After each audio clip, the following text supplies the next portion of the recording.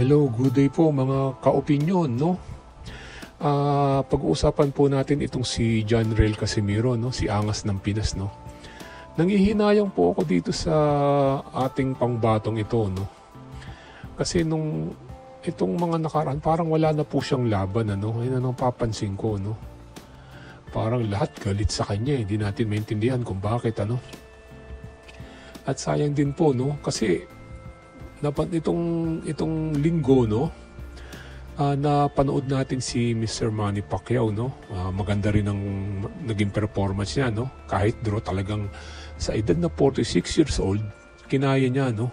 Tapos muntik niya pang matalo, no, yung champion na mas bata sa kanya.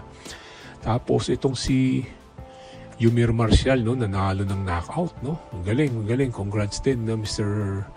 Marcial, ano. Tapos si Magsayo nanalo, no. Ito yung mga MP boys, no, yung mga boxer ni Sir Manny Pacquiao. Maganda, nabibigyan kaagad ng laban, no. Tapos yung kailan itong isang boxer din, alam ko natalo, Ngayon si John Rel Casimiro, itong pambato din natin, sayang hindi nabibigyan ng laban, ano. Kung ewan ko lang kung under pa siya ng kay Mr. Gibbons, no, kay MP yung ano ni Sir Manny, no, malamang baka mabigyan din to ng laban, ano, ng MP promotion, ano. Sayang hindi naman natin alam kung sabagay mahirap na magsalita, hindi natin alam kung anong rason, ano, kasi parang ang tagal na nito ni Casimiro, hindi siya nabibigyan ng laban, parang hirap-hirap niyang ihanap ng laban. Kasi may mga issue, overweight, yan. Nasa kanila na po yun, no? Or yung issue yung kapatid niya ang problema, no? Kasi pero kung kay Sir Manny pa siya, sa MPB promotion kay Mr. Gibbons, malamang mabibigyan to ng laban ng maganda, no?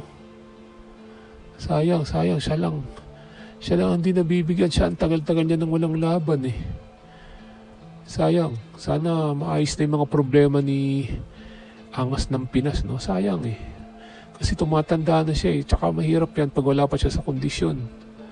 Siyempre, matagal na bakante, Sana maayos na between MP promotion tsaka yung kampo ni John Rel Casimiro para mabigyan ng laban. Kasi hindi na rin siya bumabata, no? Sayang.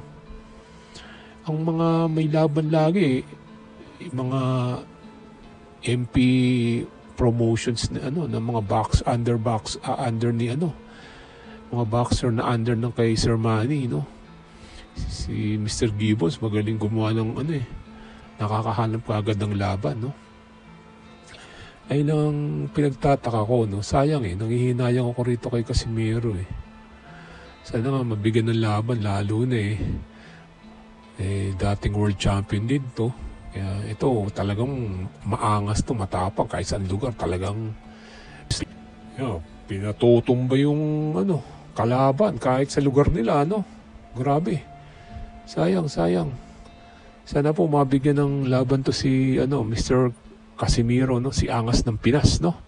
Sayang, hindi na siya bumabata, no. Sayang po, tumatakbo ang panahon, no.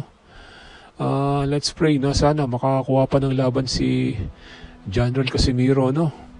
At may ayos na po yung mga gusot nila ng MP promotion. Wala, tumatagal, Wala, 2025 na po, no? Ayun nga lang po, hanggang dito na lang, no? Thanks for listening, no?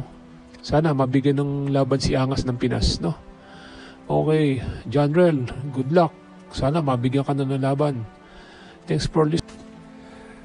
Please like and subscribe. God bless po. Mabuhay ang Pinoy Boxers.